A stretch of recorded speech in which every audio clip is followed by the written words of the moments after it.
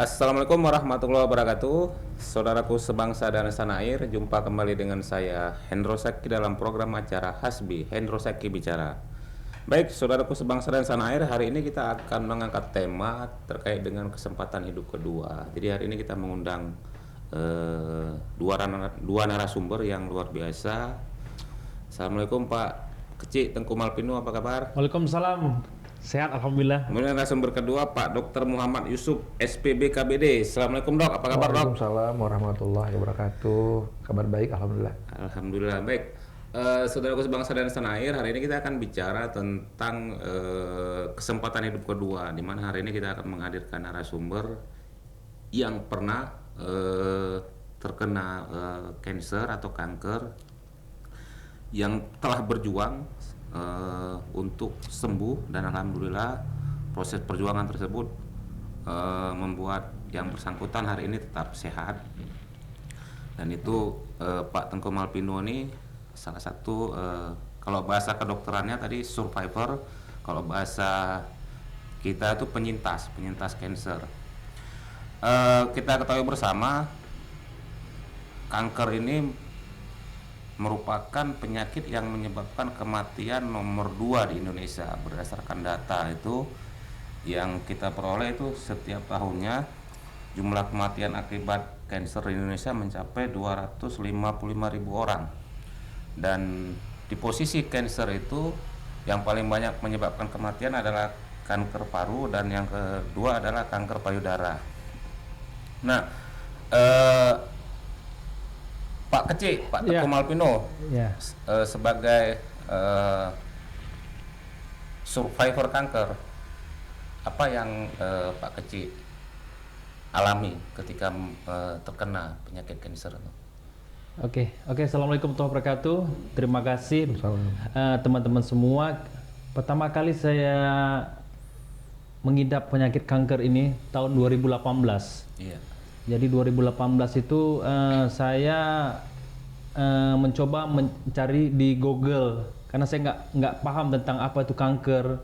Karena saya selalu setiap BAB selalu berdarah. Itu ciri khas penyakit kanker usus, dokter. Setelah seminggu, sebulan, drop badan saya dari 85 kilo sampai ke 55 kilo, Pak Hendro. Hampir 35 kg. Hampir 35 kilogram. Jadi setelah itu saya dibawa ke Rumah Sakit Zainal Abidin untuk diperiksa. Diperiksa di Rumah Sakit Zainal Abidin selama seminggu. Tapi dokter sampaikan kepada saya agar menunggu hasilnya sampai 21 hari. Setelah itu saya berpikir dengan keluarga. Kebetulan ada saudara saya yang mengidap penyakit kanker payudara, yang sudah sembuh juga, berobat di Mahkota Medical Center atau di Malaka. Selepas itu saya dan keluarga ibu saya memutuskan untuk berangkat ke Malaysia, Malaka, untuk berobat di sana. Dari Banda Aceh saya berangkat ke Kuala Lumpur. Setelah sampai di Kuala Lumpur saya harus berangkat lagi ke Malaka dengan naik mobil selama 2 jam. Setelah sampai di Malaka, saya langsung masuk ke hospital tersebut dan langsung diperiksa oleh dokternya. Langsung saya diperiksa, dinyatakan saya positif kanker usus stadium 3. Stadium 3 ya? Stadium 3, Pak Endro. Setelah itu, dokter menyarankan kepada saya untuk melakukan operasi. Jadi saya nggak pernah operasi, Pak Endro. Jadi saya pikir kok bisa seperti ini. Saya salatlah istikharah, minta sama Allah. Selesai saya salat itu, bahwasanya saya dapat bahwasanya harus dioperasi. Dioperasilah saya hari itu, Pak Endro. Langsung dioperasi hari itu juga? Langsung dioperasi hari itu. Setelah dioperasi, selama 8 jam, Pak Endro, saya dioperasi. Setelah dioperasi, saya dibuang mungkin itu sel kankernya itu. Selama 7 hari saya nggak bisa bangun, Pak Hendro. Di sini 7 hari pemulihan operation itu. Di sini selang, di sini apa itu namanya untuk apa namanya itu? Infus ya. Infus itu, infus di sini ada kateter itu. Itu di sini saya dilobangi juga, Pak Hendro. Saya nggak tahu apa itu. Drain biasanya. Drain itu, dokter. Saya nggak bisa bergerak, Pak Endro. Sampai ibu saya tanya, kamu mau apa, nak? Saya bilang saya tidak mau apa-apa ibu, saya tidak sakit nih, saya biasa aja. Ibu saya yang pernah merawat ayah saya almarhum yang begitu berat sakitnya, dia katakan kepada saya, Pak Endro, kenapa kamu tidak mengeluh nak sedikit pun? Saya sampaikan kepada ibu saya, Mak, saya nggak merasa sakit, Mak. Apa yang harus saya keluhkan? Ini sakit biasa. Nangis ibu saya, Pak Endro. Nangisnya nggak di dalam ruangan, di luar dia nangis. Nangis dia kenapa? Tidak ada mengeluh sedikit pun. Rupanya kalau kita ingin sembuh itu Pak Endro harus ikhlas kepada Allah, Pak Endro. Harus ikhlas. Harus ikhlas Pak Endro. Nah, sebelum dioperasi itu kan dijelaskan sama dokter Iya. hasil diagnosa. Iya benar. Bahwa Pak Keci didiagnosa kanker gitu. Nah, Iya. ketika divonis seperti itu apa perasaannya? Perasaan saya memang sedikit terkejut. Kok bisa saya kena kanker sedangkan saya olahragawan? Dokter jelaskan kepada saya, tidak mesti olahragawan yang kena kanker itu. Yang menyebabkan kena kanker itu pola makan, Pak Pendro. Saya dulu makannya main bola, makan Indomie. Nggak pernah makan nasi, jarang makan nasi saya. Yaitu extra jus susu. Itu saya minum keriting deng lagi. Pokoknya yang bersoda-soda itu konsumsi saya setiap hari itu. Untuk supaya stamina lebih bagus lagi. Rupanya itulah pencetusnya Pak Endro. Makanya saya pikir, Masya Allah. Tapi saya ikhlas karena Allah Ta'ala. Ini mungkin udah suratan Allah. Saya jalani. Alhamdulillah saya jalani dan berhasil saya sembuh. Itu tahun berapa ya operasinya? Operasinya kalau nggak salah saya tahun masuk ke 2019. 2019. Artinya sudah 4 tahun ini ya menjalani. Iya, menjalani 5 tahun lah. 5 tahun ya. Iya. Nah, saat perawatan di rumah sakit berapa lama kemarin Pak Keci? Perawatan di rumah sakit saya operasi. Setiap bulan saya kemoterapi, Pak Endro. Sebulan sekali saya kemoterapi di Malaka. Selesai kemoterapi saya balik lagi ke Indonesia. Bulan berikutnya seperti itu juga sampai 3 kali. Setelah itu dokter menyarankan saya untuk radiasi, Pak Endro. Radiasi itu untuk mematikan sel-sel kanker yang aktif. Kan ini udah dioperasi. Itu otomatis sel-selnya itu masih ada, Pak Endro. Itu yang untuk dimatikan. Selama 1,5 bulan saya di sana. Berarti di radiasi. operasi, kemoterapi dan radiasi. Dan itu semua dilakukan di luar negeri ya, di Malaya ya? Di Malaka. Itu biayanya besar Om. Besar, Pak Endro. Berapa kemarin habisnya tuh untuk sembuh ya, ikhtiar untuk sembuh kan luar biasa. Sekitar 1 M lebih. 1 miliar ya? Iya. Itu dukungan orang tua, Orang tua, keluarga, teman semua dukung saya, alhamdulillah. Jadi di sana saya 1,5 bulan Pak Endro. 1,5 bulan ya? 1,5 bulan di Malaysia. Saya sendiri Pak Endro. Untuk menjalani proses penyembuhan itu. Itu radiasi itu nggak lama, sehari itu cuma 5 menit atau 7 menit. Tapi harus continue Pak Endro. Dari Senin, Selasa, Rabu, Kamis, Jumat, Sabtu sama Minggu libur. Jadi 5 hari cuman. Selama 1,5 bulan saya di sana untuk menjalani radiasi itu. Iya. Baik Pak Keci, terima kasih. Kita coba tanya Pak Dokter ini. Pak Dokter, ini sebenarnya kan ada banyak pandangan masyarakat ya, terutama orang awam yang tidak begitu mengenali tentang kanker, bagaimana gejalanya, sehingga terkadang ketika sudah parah baru mereka berobat. Itu gimana penjelasannya tuh Dok? Bagaimana mengenali atau mendeteksi dini kanker itu memang ada pada dalam diri kita? Ya, terima kasih. Memang cancer ini kan artinya ada pertumbuhan jaringan dari tubuh kita yang berlebihan dan tidak terkendali. Kalau dia jinak disebut tumor, tapi kalau dia udah bersifat ganas, maka dia disebut cancer. Karena di kita sebenarnya kalau deteksi dini itu kan sulit ya. Kemudian yang kedua kesadaran atau pengetahuan menurut saya di masyarakat masih belum terlalu paham. Nah, seperti kanker usus ini yang paling sering itu kan BAB berdarah. Kalau dia BAB berdarah lebih dari 6 minggu ya, kalau cuma baru 1-2 hari kita nggak khawatir, itu kan bisa karena ambien atau wasir atau karena yang lain.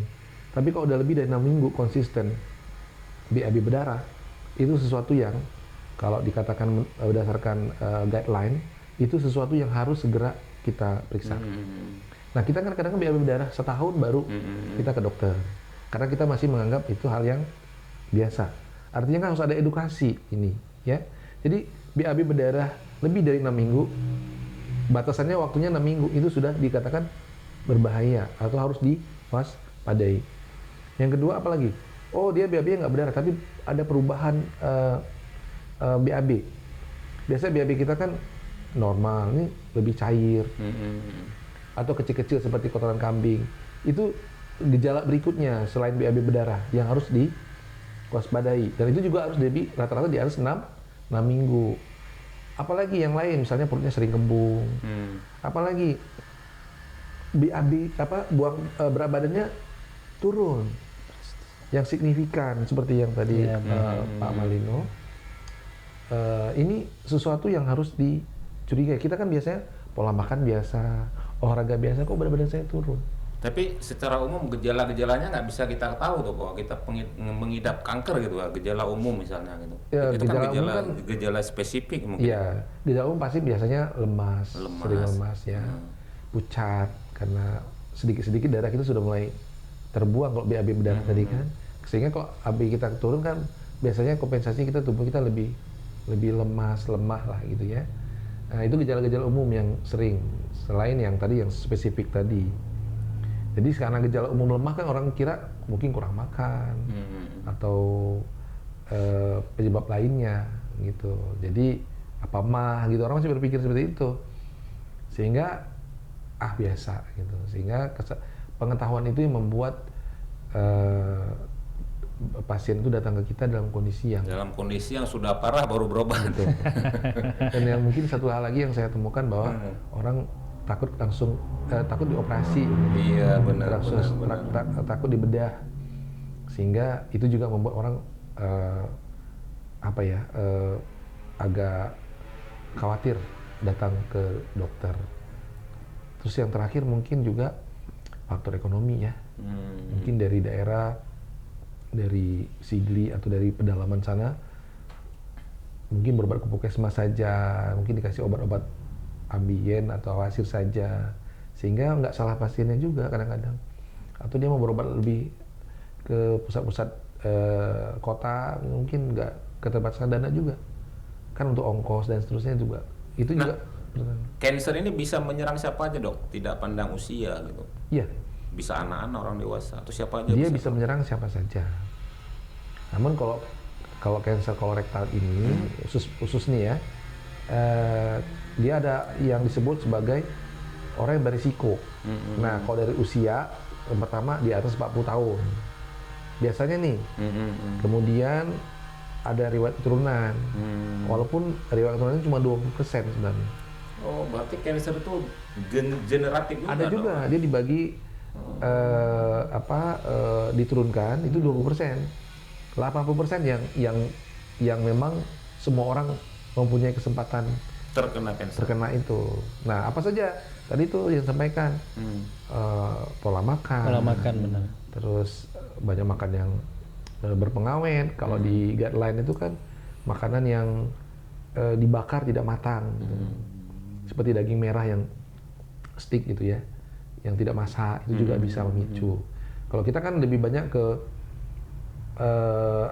makanan-makanan berpengawet seperti mie instan. Benar. Semuanya berpengawet atau ikan yang diawetkan, diberikan formalin kan. Kita kalau kita bisa, atau misalnya sayuran yang tidak diberikan pestisida. Tapi kayaknya sekarang nggak mungkin kita menghindari hal tersebut. Ikan sekarang udah diformalin dok. Semua makanan sudah mengandung bahan pengawet. Artinya semua orang hari ini berpotensi. Betul. Ya untuk makanya terkena angkanya cancer meningkat. Tadi itu. Makanya angkanya meningkat. Dan sekarang bukan di atas 40 tahun. Ada yang di bawah 20 tahun, ada yang 17 tahun, 18 tahun yang kita nggak nyangka itu bisa terjadi pada usia muda gitu. Nah, kalau kasus-kasus yang sering dokter tangani terkait dengan kanker itu biasanya yang paling banyak di Aceh ini kena kanker apa dok? Ya kalau spesifik saya pasti kolorektal. Kolorektal. Seperti yang Pak Malino tuh berarti rektum. Berarti usus yang di pembuangan akhir. Iya benar. Sesuai dengan di Amerika juga dia bisa 100.000 per tahun. Per tahun ya. 100.000 untuk kolon, rektum tuh bisa 50.000. Nah, ada anggapan bahwa ketika seorang divonis cancer itu nggak bisa sembuh. Apa betul itu, Dok? Cancer itu nggak bisa disembuhkan ya? Betul ya. Memang kalau kita berbicara sesuai dengan guideline teori yang ada baik dari Eropa, Amerika, NCCN gitu ya, American Cancer Society dan seterusnya, atau di Eropa, itu memang hampir tidak ada yang bisa dilakukan kalau dia sudah terjadi cancer, karena dia kan cancer itu jadi mutasi, dia bermutasi sel kita tuh seharusnya kan ya dia emang udah reguler, dia tumbuh, dia mati, diganti lagi. Jadi kulit kita tuh selalu, semua sel kita tuh dia tuh memang rutin seperti itu.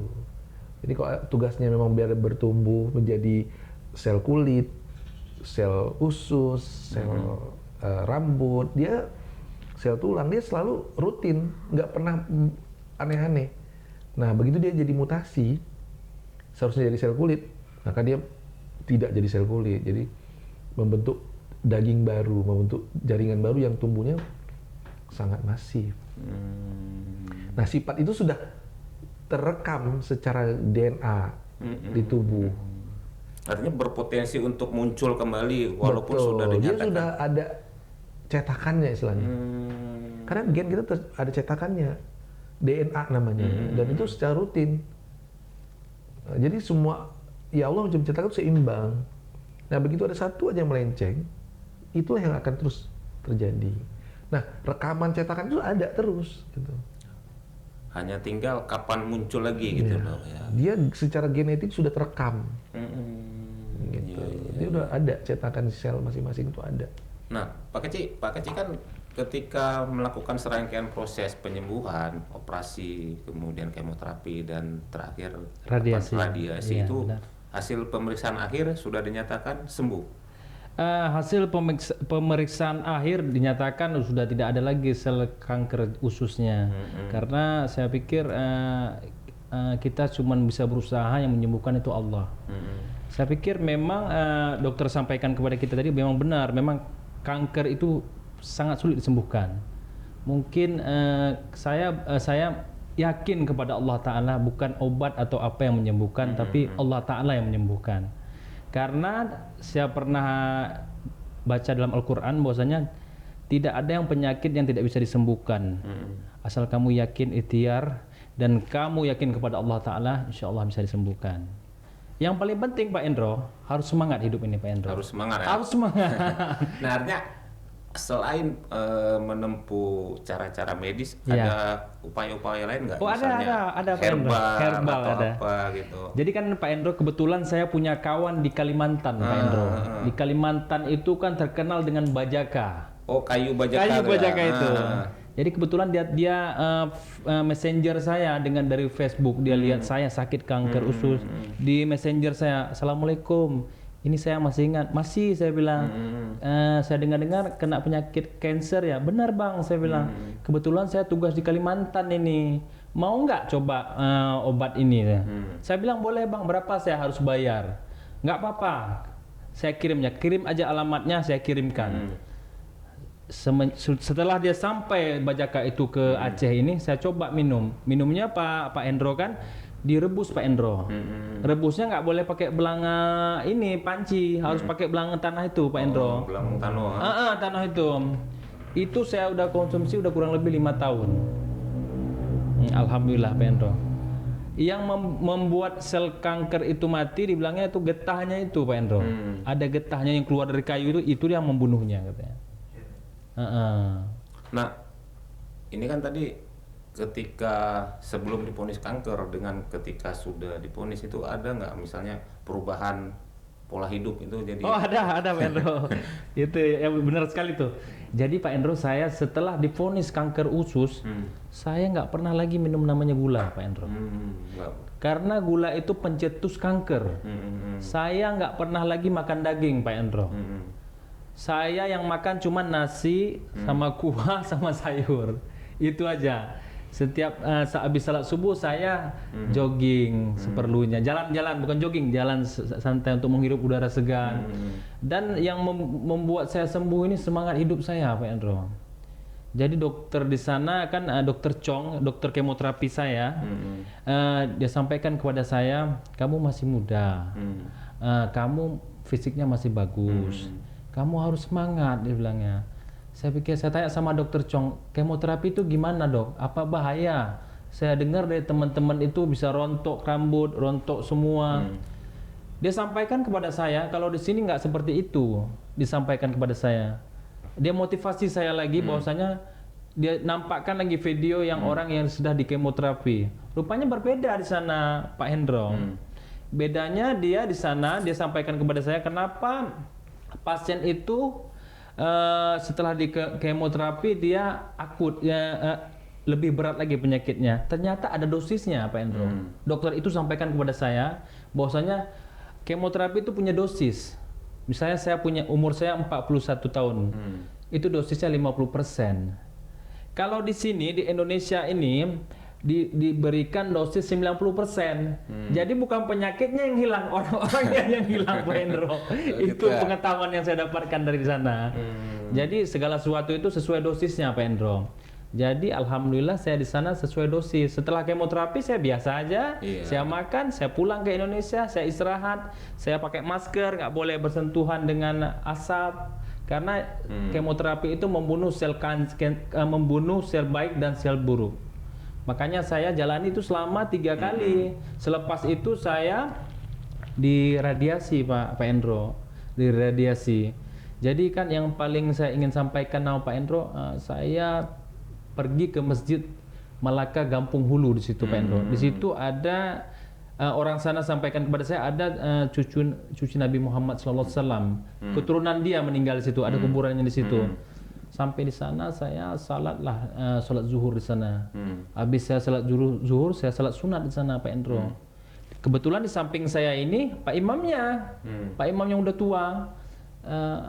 Dia tanya kepada saya, nak dari mana? Ditanya, saya dari Aceh, Pak Imam. Awak ini apa nih, medikal ataukah jalan-jalan? Tak, Pak Imam, saya medikal, Pak Imam. Awak ini apa sakit? Saya sakit kanker usus, Pak Imam. Oh, tak apalah, sembuhlah itu gampang. Amalkan 3 perkara, disampaikan sama saya.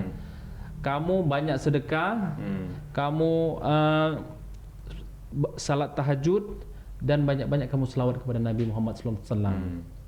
Itu saya amalkan Pak Endro. Setelah itu dia mau berangkat. Nak sekejap saya mau berangkat, ada yang harus saya jumpai. Dia dijemput dengan Alphard warna putih, masih ingat sekali saya itu. Sekejap Pak Imam, saya teringat lagi Pak Endro. Saya sampaikan, sekejap Pak Imam, 1 menit saja saya mau tanya. Boleh, silakan tanya soalan. Sebelum saya menghadap Allah Ta'ala, bisa tak saya lihat Baitullah, Pak Imam? Dipeluknya saya, Pak Endro, dipeluknya, merinding saya nih. Dipeluknya, disampaikan oleh saya, banyak-banyak kamu selawat kepada Nabi Muhammad SAW. Rupanya setelah saya dengarkan seperti itu, balik saya ke hotel untuk istirahat. Salat asar saya selawat 1000 kali, salat maghrib 1000 kali, salat isya 1000 kali, salat tahajud 2000 kali. Jadi saya jalani selama 1,5 bulan tuh, Pak Endro. Setelah itu, waktu saya sampai di Indonesia, saya berjumpa orang yang memberikan umroh kepada saya, Pak Endro. Sampai nangis saya, Pak Endro, kenapa Allah begitu, maksudnya begitu mau membantu saya. Rupanya umrah itu bukan karena kita banyak uang, Pak Endro, tapi umrah itu karena kita panggilan Nabi Muhammad SAW untuk kita. Jadi siapa-siapa teman-teman kita yang mau umrah itu atau melakukan haji, banyak-banyaklah selawat kepada Nabi Muhammad SAW. Ini saya sampaikan Pak Endro karena pengalaman hidup saya, bukan saya karang-karang, tapi saya udah mengalaminya. Saya berangkat ke Mekah itu, Pak Endro, Allah berikan kemudahan melalui orang lain. Dibiayai orang lain. Dibiayai orang lain, diberikan hadiah dari orang lain. Sampai di sana saya sujud syukur, sampai sampai di Jeddah itu, begitu turun pesawat saya sudut, saya cium tanah itu. Begitu saya ingin kali ke sana, Pak Endro. Saya alhamdulillah saya 2 kali dapat bisa cium Hajar Aswad, Pak Endro. Begitu banyak ribuan orang saya dapat mencium itu karena saya selawat kepada Nabi Muhammad SAW. Bukan saya yang mendekat, tapi ada orang yang membantu saya untuk menciumnya itu. Saya nggak tahu, Allahu a'lam. Artinya ketika Pak Kecik divonis dan menjalani proses pengobatan kanker itu semangat, ada bayang ketakutan, kekhawatiran? Oh, saya bayang-bayang. tidak ada ketakutan karena saya ikhlas sama Allah Ta'ala, Pak Pendro. Jadi kan saya ikhlas, apapun yang terjadi itu karena Allah Ta'ala. Saya ikhlas, saya tawakal, saya banyak selawat, saya ibadah selalu. Saya niatkan dalam hati saya, ya Allah Tuhanku berikan saya kesembuhan untuk saya bisa bersilaturahmi sama teman-teman dan beribadah lebih baik lagi kepada Allah Ta'ala. Itu aja niat saya, Pak Endro, lain tidak ada. Artinya ikhtiar medis, ikhtiar obat herbal, Benar. dan doanya dikencengi gitu ya. Iya, benar. Dan setiap saya jumpa orang selalu saya minta doa dari mereka. Iya. Saya bisa jumpa sama teman saya Pak Endro, tolong bantu saya doakan saya bisa panjang umur dan bisa bersilaturahmi dan bisa beribadah kepada Allah Ta'ala. Mungkin dari 1000-an orang yang dengar itu ada satu doa yang istijabah. Itulah mungkin saya bisa bertahan saat ini, Pak Endro. Karena kanker itu penyakit nomor 1 di dunia yang membunuh manusia. Makanya saya tawakal kepada Allah, ya Allah Tuhanku mudahkan saya untuk sembuh, mudahkan saya untuk bisa bersilaturahmi, dan mudahkan saya bisa beribadah kepadamu ya Allah. Itu aja yang saya minta, Pak Endro. Lain tidak ada. Makanya selalu saya sampaikan kepada teman, silaturahmi tanpa batas. Itu maksudnya saya selalu bersilaturahmi, Pak Endro. Dok, ketika seorang divonis kanker itu masih punya harapan hidup yang panjang atau seperti apa untuk? Iya, memang karena tadi ada stadium, jadi makanya di luar negeri, di Jepang atau di Eropa, yang dikedepankan mereka adalah deteksi dini. Jadi dia kalau stadiumnya masih dini, belum stadium lanjut, angka harapan dia bertahan itu 90%. 90% ya. Jadi dengan pengobatan yang tepat, itu statistik 90% kalau dia masih stadium dini. Makanya kalau di Jepang itu memang dilakukan screening namanya. Di Indonesia kan saya belum pernah dengar. Screening belum ada. Jadi saking sayangnya, semua warganya di Jepang di screening ya. disarankan mungkin karena ada asuransi juga, karena mereka mencegah mengobati yang masih kecil itu lebih Kita di mudah. screening bayar dok, di sini belum gratis. Saya pernah screening tak bayar 1,5 juta dok. Jadi screeningnya bisa dicek dari FSS. Kan kita kan tunggu BAB berdarah baru ke dokter. Kalau mereka enggak. Jadi setiap dia 40 yang berisiko yang tinggi tadi saya katakan, yang berisiko tinggi itu yang di atas usia 40, kemudian ada riwayat keluarga dan seterusnya, dia bisa diperiksa dari feses ada darah nggak? Oh ternyata di feses itu ada darah misalnya, ya namanya tes darah samar. Kalau kita kan nunggu BAB benar berdarah baru datang ke dokter, mereka nggak. Begitu ada darah mungkin ada masih kecil sudah mulai tumbuh sel tumor di saluran usus besar ya. Nah selanjutnya mereka melakukan kolonoskopi. Kolonoskopi. Teropong mungkin ada juga di sini. udah dokter. Tapi nggak nunggu gede. Begitu ada tes darah positif, mereka masuk ke kolonoskopi. Nah tes darah samar itu murah, kolonoskopi itu murah. Nah kalau begitu dia masih stadium 1 atau T1 gitu ya, maka operasi saja, dia nggak perlu kemo, nggak perlu radiasi. Padahal kemo aja bisa juta-jutaan, radiasi juga juta-jutaan, belum biaya operasi. Jadi dia bisa, padahal untuk tes darah samar sama kolonoskopi itu paling mahal 5 juta, tapi dia bisa meng-save miliaran. Jadi kan pemerintahnya bagus dia uang habis 5 juta daripada habis miliaran. Kalau dia mau itu, maka deteksi dini 90% survivalnya, walaupun tetap di atas 5 tahun itu targetnya, itu 90%. Tapi kalau stadium 4 mau kemana juga nggak bisa sembuh lagi. Statistik ya, kita Dok, ngomong ini statistik. saya sendiri ya nggak secara awam saya nggak begitu paham. Juga masyarakat juga banyak nggak paham. Stadium 1 itu apa, stadium 2 apa, dan bagaimana itu kategori 1, 4 itu gimana dok? Biasanya kita tuh ada 3 yang dinilai. Yang pertama di ususnya, kemudian di kelenjar getah beningnya, karena setiap organ kita tuh ada kelenjar getah bening, dan kelenjar getah bening itu sesuai dengan pembuluh darahnya yang dekat dia. dan yang terakhir organ jauhnya. Jadi ada 3. Nah, kalau ada apapun yang 2 ini tapi ada organ jauh, dia udah stadium 4. Stadium 4. Jadi misalnya udah di hati ada 1, di paru ada, itu Udah nyebar lah gitu, Dok. udah nyebar. Itu nggak ada obat, loh. Ada obatnya. Ada obat tapi nggak bisa sembuh. Kan stadium 4. Nah, nanti di Jepang dan seluruhnya mereka bahkan melakukan operasi sampai yang jauh pun dia operasi. Dia misalnya di sini ada tumor, udah metanya ke sana, ini diangkat, dihabisin, yang sana juga harus diangkat. Jadi kan di mana sisa tumor udah nggak ada lagi nih, ya. Kecuali satu hati itu udah tumor, atau semua paru sudah tumor, kan sudah sulit kita untuk berarti harus mengganti hati kan. Tapi Jepang ataupun Eropa itu sampai memikirkan seperti itu. Jadi mereka targetnya bagaimana mencegah residifnya sampai kecil. Kalau kita mengoperasi itu tidak bersih, ada sisa sedikit, maka dia akan tumbuh lagi. Maka kalau stadium 4, biasanya akarnya sudah dalam. Akarnya itu sudah jauh ke dalam, menembus usus, sudah nempel ke daerah sekitar, ke otot, ke tulang, atau ke kandung kencing. Kalau laki-laki atau perempuan ada vagina ya gitu ya. Itu kalau dia di rektum, kalau di kolon dia di atas lagi kan. Itu saja sudah termasuk yang penyebaran yang sudah masif. Apalagi ada satu anak yang lepas di pembuluh darah, kemudian berhenti di hati, dia membentuk sel baru di hati, tumor di hati, dia ke paru, dia membentuk sel paru, dan dia terus bertumbuh dan merusak organnya. Nah, kalau ada itu terjadi, akan lebih kecil kemungkinan bisa kita sembuhkan atau di survival. Kalau udah stadium 4 dong kan? Saya ada temen, Dok. Jadi dia berobat tuh udah stadium 4 juga, kena kanker payudara.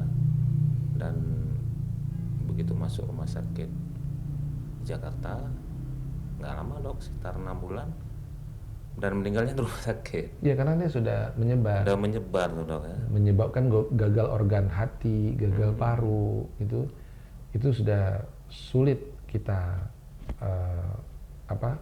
menghindari ataupun berusaha untuk menyembuhkan atau menyelamatkan pasien. Tapi memang, Dok, kan seseorang yang mengidap cancer itu kadang-kadang dia nggak sadar, sadar 1, 2, 3 nggak sadar ya, karena nggak ada gejala yang berbeda gitu ya, apakah ada secara fisik itu ada membengkak misalnya. Ya, kalau dia udah stadium 4 baru masuk rumah sakit. Kalau letaknya di permukaan kan kelihatan ya, misalnya tumor-tumor kulit, tumor wajah itu kelihatan langsung. Misalnya tai lalat itu juga berpotensi menjadi ganas. Tai lalat itu yang biasa itu juga bisa jadi ganas, kan kelihatan dia udah mulai gede, udah mulai berdarah, udah mulai merah, itu udah mulai mengarah berubah ke ganas. Tapi karena dia di permukaan kelihatan, tapi kalau di dalam perut masih belum terlalu terasa deteksinya. Makanya di luar negeri itu screening namanya. Orang itu menguatkan screening kayak kita kan. Jadi sekarang baru pemerintah kita aktif untuk bagaimana mengaktifkan edukasi, mencari preventif ya, kan lebih murah preventif daripada kuratif. Benar. Sehingga dikuatkan diagnostik di daerah supaya yang stadium dini itu bisa lebih cepat kita temukan, sehingga pasien juga banyak. Pasien yang stadium dini itu udah 10 tahun, ada dokter di Sigri itu udah 15 tahun, sama usus besar juga. Tapi dia ketemunya stadium dini. Dan kita tuh sebenarnya inilah sunatullah. Allah menciptakan sesuatu tuh memang seadil-adilnya. Jadi juga kita tidak bisa berharap sesuatu itu yang melebihi apa yang Allah tetapkan. Sehingga orang stadium 4 kalau memang belum gitu, sehingga orang nanti loncat dari lantai 7 pasti nggak mati kan? Tapi kan kita nggak bisa seperti itu. Jadi kita harus tetap usaha menghindari itu gitu. Jangan kemudian udahlah kita sebebas-bebasnya. Tapi apapun itu dari perhitungan sunatullah Allah ciptakan itu, bahwa stadium 4 itu memang hampir sulit untuk disembuhkan. Itu sunatullah juga. Makanya usahalah kita di stadium dini. Yes. Dan saya semangat banget lihat Pak Malvino ini bahwa ada hal-hal yang positif yang bisa disebarkan kepada pasien-pasien Benar sekali. kolorektal bahwa tidak boleh menyerah. Ya. Karena saya selalu sampaikan kepada pasien bahwa kami dokter hanya usaha, kita juga manusia. Hasil memang di tangan Allah, tapi kita maksimal. Maksimalnya apa saja? Ya berobat, ya di luar obat lain boleh. Saya tidak melarang bahwa ada herbal. Cuman belum terbukti aja belum terbukti secara ilmiah. Ilmiah. gitu. Tapi empiris, pengalaman orang, nenek. Misalnya, oh saya minum obat ini sembuh. Itu namanya empiris. Tapi kok dikumpulin 1000 orang, dibikin penelitian, dipublish, itu orang kan, oh benar berarti. Itu kan berarti dari evidence base kan dia yang paling tinggi. Evidence base itu, oh minum bajaka misalnya berkurang. Oke, ada datanya nggak misalnya, oh dia minum kan 1000 orang dikumpulin, dilihat hasilnya, diukur benar, ya. Maka itu muncul nilai statistik yang lebih, karena yang obat ini kan berdasarkan itu. Iya, benar. Dari stadium 1 ini berapa persen yang selamat, stadium 2 berapa persen, stadium 3 persen, stadium 4 persen, itu semua udah dihitung puluhan ratusan tahun lah di seluruh dunia. Nah, kalau di Aceh sendiri fasilitas kesehatan dan infrastruktur lainnya itu mendukung nggak untuk para penderita kanker untuk sembuh? Ya, makanya supaya kalau dikatakan fasilitas pasti kita masih kalah lah. Kita harus jujur lah, kalah dibanding tetangga lah, misalnya seperti Malaysia sendiri. Ya paling nggak mungkin karena jumlah pasiennya juga banyak gitu ya, fasilitasnya pasti kurang. Tapi mungkin pemerintah akan terus berusaha meningkatkan itu. Jadi modalitas terapi dari kanker itu kan ada operasi, ada kemo dan radiasi. Radiasi, benar. Nah di Aceh sendiri radiasi aja yang kita minta onkologi itu nggak jadi, sehingga belum siap-siap. Bermasalah lagi dong. pasien kita mau sinar, kita kirim ke Medan. Ke Medan, benar. Untuk radiasi harus ke Medan ya. Ke Medan. Kita selalu kirim kan, pasiennya 25 hari sampai 30 hari di Berarti sinar. memang untuk radiasi di Aceh belum ada dong. Iya kan, Belum ada alatnya, belum ada Pak Endra. kan onkologi center udah disiapkan kemarin. Kita tuh sangat berharap sekali jadi, karena banyak saya pasien tergantungan itu. Saya nggak ngerti apakah ada unsur politik sehingga itu nggak jadi. Saya nggak ngerti sama sekali. Padahal dana kita waktu itu gede khususnya dan seterusnya. Tapi itu nggak dapat. Saya nggak ngerti kenapa. Yang saya tahu ada pertikaian tender dan seterusnya sehingga masyarakat jadi korban itu. saya nggak nyatakan itu, teman kita berharap sebagai tenaga medis tidak mengirimkan pasien lagi keluar karena banyak yang kita kirimkan itu masalah biaya. Dia untuk makanannya nggak punya. Sana kan sewa rumah, kemudian makan. Ya nanti kalau misalnya ada beberapa orang yang mampu punya uang berangkat ke luar negeri, gitu. Tapi ada banyak sekali pasien-pasien kita itu yang memang untuk makan saja tidak mampu. Benar sekali. Dia untuk berobat saja dari jam 8 sampai jam berapa, dia nggak narik beca, itu udah nggak makan anak-anaknya. Jadi hal-hal seperti itu kan harus kita, jadi ya kita ini beban bersama sebenarnya. Tidak boleh juga saling menyalahkan. Karena beginilah keadaan negara kita saat ini di daerah kita. Jadi menurut saya kita harus berusaha bagaimana mencari solusi ya. Tetap memang kalau fasilitas kurang, maka mungkin pemerintah sekarang lebih ke preventif. Kalau emang sakit langsung ke fasilitas kesehatan terdekat. Ya pasti banyak kurang lah menurut saya. Nah, pandangan juga kenapa orang kadang-kadang enggan memeriksakan diri soal kanker ini kan karena ada pandangan bahwa obat-obatannya mahal. Untuk itu benar nggak dok ya bahwa obat kanker itu mahal? Ya, obat kanker kan tadi terapi kanker itu ada 3, operasi, kemo, dan sinar, gitu kan. Kalau di stadium dini, misalnya baru T1 polip doang, itu cuma operasi saja, nggak perlu kemo, nggak perlu sinar kan. Dan itu biayanya murah banget, gitu. Dan itu di BPJS juga ditanggung. Ditanggung oleh BPJS udah ya? Ditanggung semua. Tapi kalau udah stadium ke hati, obatnya tentu lebih tinggi. Obat kemonya juga lebih mahal dibutuhkan. Sehingga kalau beli sendiri ya mahal pasti. Dan BPJS sih masih mengcover, walaupun ya terus terang obat kemo kita tuh tidak seperti di luar negeri. kita ini kan dokter seluruh dunia, Indonesia kan patokan kita ada namanya acuan internasional itu namanya NCCN. Jadi saya yang dokter yang di Malaysia atau di Singapura, kita punya pandangan yang sama tentang menangani pasien. Jadi kalau kita sekarang obat kemo kita ini masih mungkin di level baris kedua atau baris ketiga. Nah sekarang di Eropa, Amerika lu sudah mungkin di atas level ke-7 ke-8. Jadi udah imun terapi. Imun terapi benar. Luar biasa sekali perkembangannya. Imun terapi. Imun terapi. Kita tuh masih yang basic. Jadi imun terapi itu mereka mengambil sel tumor, dia cek imunnya, sehingga diberikan sel itu, maka kemungkinan sembuhnya jauh lebih tinggi. Itu yang pertama. Kita masih di basic 2 nih. Padahal di atas sini ada target terapi. Ada lagi berdasarkan beberapa terapi sampai yang paling tinggi sekarang imun terapi. Imun terapi. Nah kita masih yang target terapi aja kita belum bisa. Ya masalah biaya juga. Iya. Nah imun terapi itu udah imun terapi, istilahnya senjatanya udah bagus, terus yang datang masih stadium dini, iradiasi juga, maka angka survivalnya juga lebih tinggi. Tapi kalau dia datang pakai senjata yang masih basic, stadiumnya 4, udah nggak kebayang kan hasilnya. Udah pasrah. Maksudnya Menyerahkan diri sama Allah. secara sunatullah tadi kita tidak melakukan sesuatu itu sesuai dengan porsinya. Jadi ya itu harus kita pikirkan bersama. Mungkin edukasi. Ya apa yang kita bisa mulai di masyarakat, memulai hidup sehat.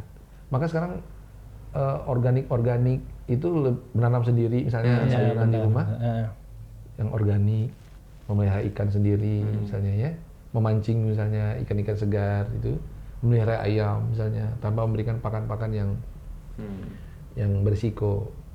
Ya itu juga membuat untuk pencegahan kan, selain pola hidup sehat, olahraga atau mental sehat juga penting, sehingga itu juga penting untuk kita mencegah terjadinya cancer tadi. Siap. Gitu. Pak Keci, mungkin sebagai penyintas atau survivor cancer, ada yang ingin disampaikan terhadap ya mungkin orang-orang lain yang selama ini lagi berjuang untuk bisa sembuh? Saya ingin menyampaikan kepada teman-teman yang pengidap kanker bahwasanya terus semangat, dan setiap penyakit itu pasti obatnya. Yakin aja kepada Allah Ta'ala. Apapun agamanya, yakin kepada Tuhan mereka. Tapi harus berobat juga Pak Hendro. Nggak perlu kita ikhtiar wajib. Doa juga wajib. Seperti itu. Dan pun saya ingin menyampaikan juga kepada teman-teman semua, apabila dia kena cancer atau apa, bisa juga menghubungi saya untuk memberikan saya bisa sharing pendapat untuk bisa mereka lebih sehat lagi, bisa motivasi saya berikan. Mudah-mudahan teman-teman bisa sembuh. Karena saya yakin dalam diri saya bahwasanya yang menyembuhkan itu Allah Ta'ala. Makanya saya sampai sekarang alhamdulillah diberi kesehatan, diberi kesempatan untuk bersilaturahmi, dan saya yakin insya Allah teman-teman bisa seperti saya juga. Bisa sembuh ya. Panjang semangat. Semangat harus. Dan yakin kepada Allah. Benar sekali. Setiap penyakit ada obatnya. Ada obatnya itu Pak Indro. Nah Pak Dokter, yang terakhir ingin disampaikan apa Pak Dokter selaku dokter lah. Ya kalau saya untuk masyarakat bahwa jangan takut untuk memeriksakan diri. Memang karakter orang kita mungkin ini menganggap hal-hal penyakit itu hal biasa, gitu, masuk angin biasa, ternyata serangan jantung, kan, BAB berdarah, mungkin salah makan. Kebanyakan makan cabai, biasanya kita anggapan dong. Maka untuk masyarakat jangan khawatir, nggak semuanya dioperasi, silahkan ke dokter, konsultasi ke dokter bedah atau BAB berdarah saja, silahkan datang untuk berkonsultasi. Nah bagi mungkin untuk himbauan mungkin pemerintah dan yang mempunyai wewenang, ya mungkin kita harus meningkatkan fasilitas kesehatan, karena kesehatan itu kan sebagai modal penting untuk Aceh maju. apa yang dialami Pak Mahfud sebenarnya sesuatu yang wajar sebenarnya. Artinya bukan wajar, artinya apa? Sesuatu yang memang sudah benar dilakukan di luar. Ya, sebenarnya step-step udah benar di Malaysia dan di tempat lain pun ada case ini diselesaikan seperti itu. Nah, di kita mungkin case yang diselesaikan pertama lama waktunya. Ya, betul. Terus mungkin tadi sarana perlu ditingkatkan, radiasi tidak ada. Kan berarti tidak sesuai sebenarnya. Sebenarnya kalau di luar negeri ini sesuatu yang sudah sesuai dengan prosedurnya gitu. Jadi mungkin himbauan kepada penguasa ataupun pemerhati atau siapapun yang peduli, ya mungkin itu perlu dipikirkan ke depan. Fasilitas radiasi tadi dong ya. Ya, karena kesehatan itu modal besar untuk kita bangsa ini supaya bisa maju gitu. Mungkin itu aja ya, Mas. Baik, Pak Dokter, Pak Kecik, terima kasih banyak atas sama-sama. kehadirannya, atas bincang-bincang yang luar biasa ini. Baik, saudaraku sebangsa dan setanah air, demikian edisi ke-15 kali ini. Sampai jumpa pada edisi selanjutnya. Assalamualaikum warahmatullahi wabarakatuh. Waalaikumsalam warahmatullahi wabarakatuh.